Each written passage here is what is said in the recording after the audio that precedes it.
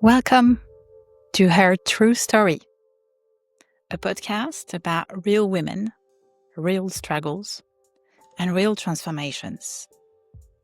I am Nathalie. I'm a coach, a healer, and a lifelong listener. In each episode of this podcast, I will share the true story of Claire. Claire could be you. She could be me. Claire carries the voice of countless women, their doubts, their strength, their awakening. This is her true story, and maybe it's yours too. With today's episode, I will guide you to stop fixing and start loving. You don't need to fix what's broken. You need to see its beauty. You know the Japanese art, kintsugi? It does that beautifully.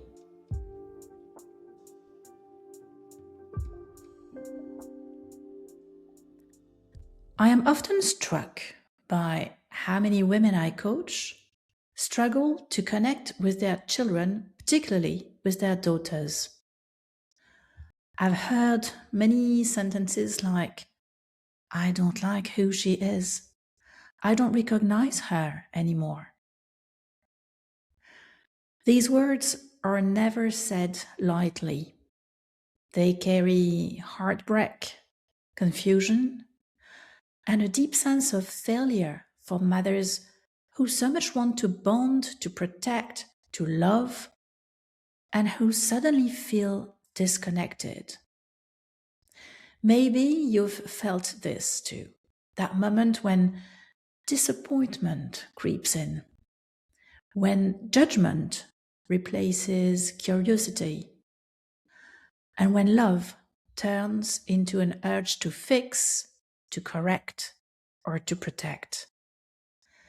Let me tell you Claire's story with her daughter and what it revealed.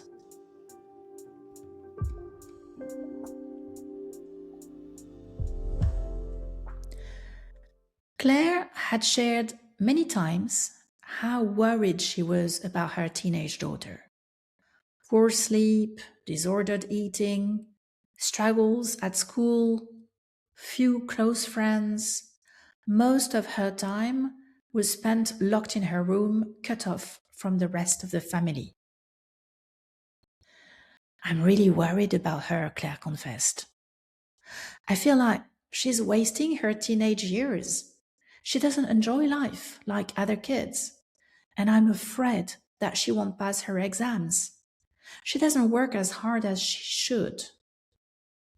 Worry and fear were obvious.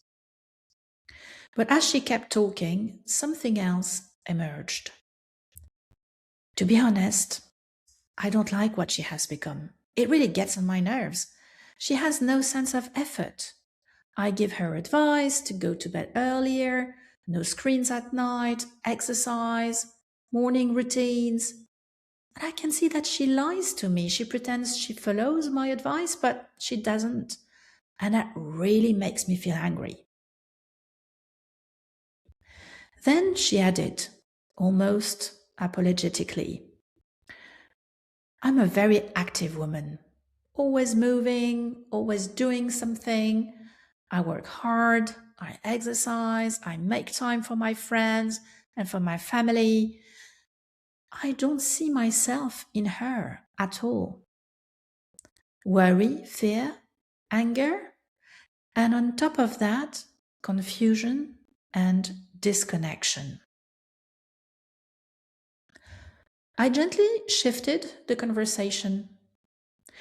"Claire, tell me a little bit about your closest friends," I asked. "Do they resemble you in any way?" She smiled. "Oh, not at all. They're very different from me, actually. Different personalities, different styles. I love them exactly as they are, with their qualities and their flaws." Then she paused. "Okay, I see what you're pointing at," she said. "Of course, I love my daughter. What I don't like is seeing her suffer. It really breaks my heart. And it makes me feel guilty for being who I am. Strong, active, never giving up. And then she said something essential. You know, when I was young, I had very low self-esteem. I worked extremely hard to succeed. I'm really afraid that if she doesn't work hard enough, she will suffer the same way I did for her whole life. And there it was. This wasn't only about her daughter, it was about Claire herself. Her own wounds, her past pain, her unhealed fear, and her desperate wish to protect her child from it. What Claire couldn't see yet was this. By trying to fix her daughter, she was unknowingly taking away her power. The power to struggle, to learn, to grow, to build her own resilience by herself, to fly with her own wings.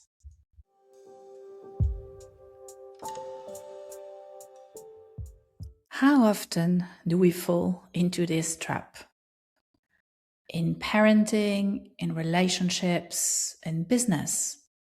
We love people for who we believe they could become, not always for who they truly are. And when they don't match that inner picture, we push, we judge, we correct, we try to shape them for their own good. But the more we try to fix others, the more distance we create. True connection only exists when we allow people to be who they are, even when it's uncomfortable, even when they struggle, even when their path doesn't look like the one we imagined. Often what we express as worry, fear, disappointment, or anger is actually something else. An unspoken need, an unresolved wound, a past that hasn't been forgiven. And very often we ask from others the love, the reassurance, and the approval that we struggle to give ourselves. So the next time someone's behavior triggers you deeply, I invite you to pause. Instead of trying to correct, to protect, or to lecture them, ask yourself, what do I need right now to stay calm, loving, and grounded? Let them be who they are. Let them live what they have to live. Be present, be supportive. Share your love, not your fear. Your trust, not your story. Don't dim their light with your own past. Let them shine in their own way, with their scars and their wounds, but beautifully unique. Thank you for being here today with me. I won't fix you, but I can guide you to love yourself more and see your beauty behind your scars.